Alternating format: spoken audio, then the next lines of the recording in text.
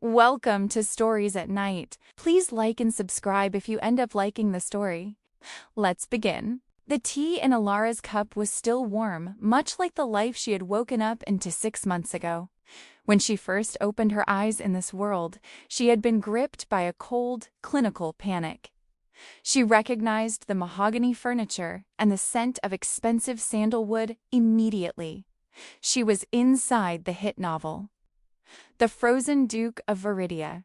Specifically, she had inhabited the body of Alara, the Duke's neglected wife who, in the original text, died of a broken heart by chapter 12.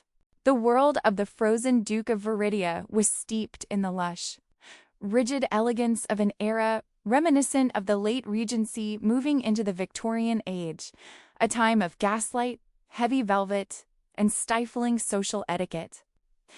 Viridia was a kingdom defined by its contrasts: the biting, crystalline winters of the north, where Bastian's ancestral estate sat, and the decadent, sun-drenched capital where political intrigue was as common as the fine lace on a lady's collar. The heavy silence of the manor was the first thing Alara noticed when the world finally stopped spinning that first morning. Sunlight filtered through towering, arched windows, illuminating dust motes that danced in the air like tiny shards of diamond. She was standing in the center of a morning room that looked exactly like the descriptions in the book, all pale blue silk wallpaper and delicate, spindly furniture. A sharp click of a latch made her whirl around. The doors at the end of the hall swung open, and walking toward her was a man who looked like he had been carved from the very winter he ruled. He was tall, his frame filling the doorway, dressed in a charcoal gray frock coat that pulled tight across his broad shoulders.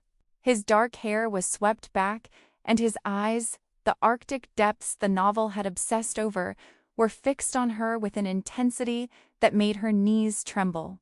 Bastian. Alara braced herself for the sneer of disgust promised by the script.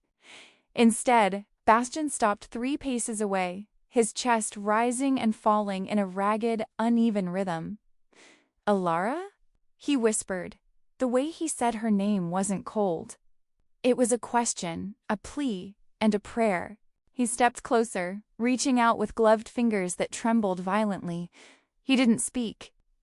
He simply searched her face, his gaze darting from her eyes to her lips, as if he were memorizing a map of a home he hadn't seen in a lifetime. Slowly, he cupped her face. Finding whatever he was looking for, Bastian let out a long, shuddering breath and pressed his forehead firmly against hers, closing his eyes.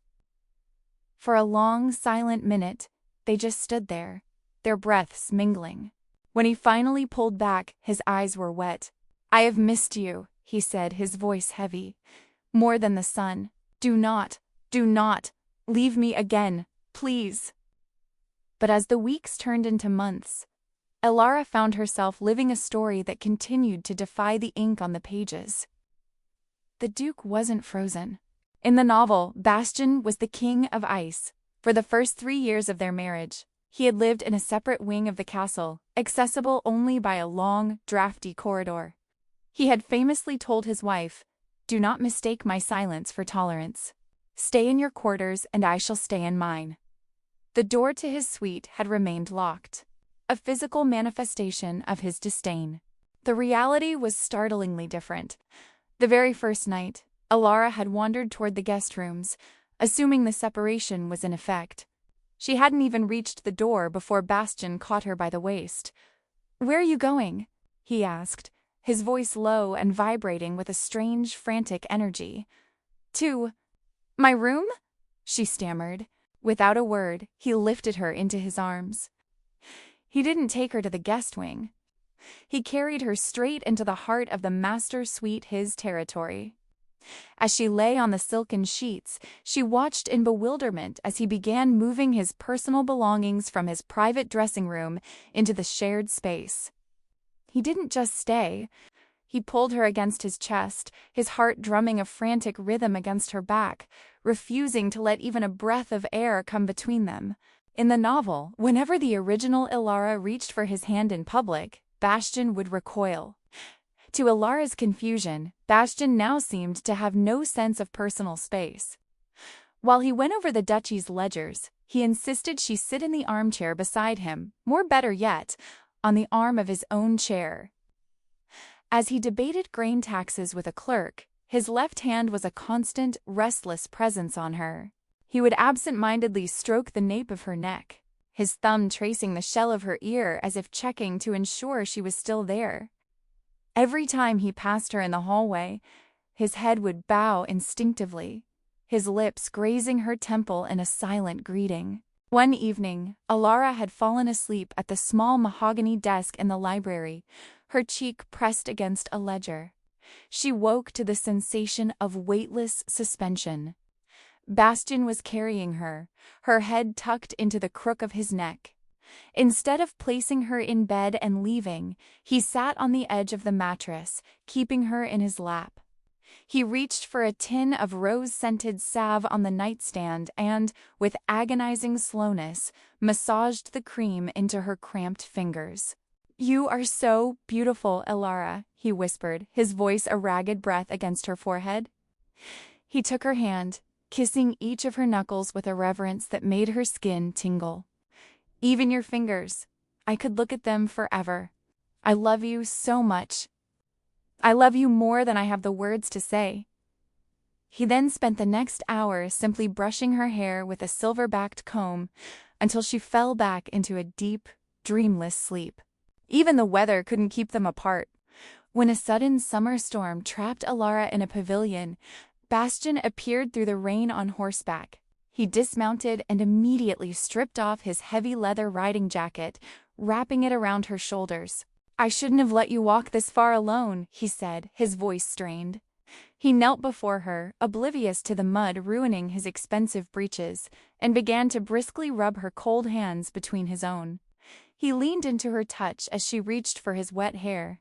"It doesn't matter. Are you shivering? Tell me if you're cold." He refused to leave the pavilion until a carriage arrived, shielding her from every stray drop of rain with his own body. In the novel, on Alara's birthday, the Duke had historically spent the day at the borders to avoid her. But in this reality, after she had idly mentioned that some flowers in a painting looked like fallen constellations, Bastian spent weeks building a cathedral of glass. He led her there to reveal hundreds of starfire lilies blooming in a riot of silver and violet. "You said they looked like constellations," Bastian said, pulling her back against his chest. "Now you don't have to look at a canvas to see them. You only have to walk into your garden." When she worried about the cost, he interrupted, "Is nothing. I would burn the world down just to see you smile at a flower." The Winter Solstice Gala was the first time they stepped into the capital's high society together. In the novel, they had stood at opposite ends of the room.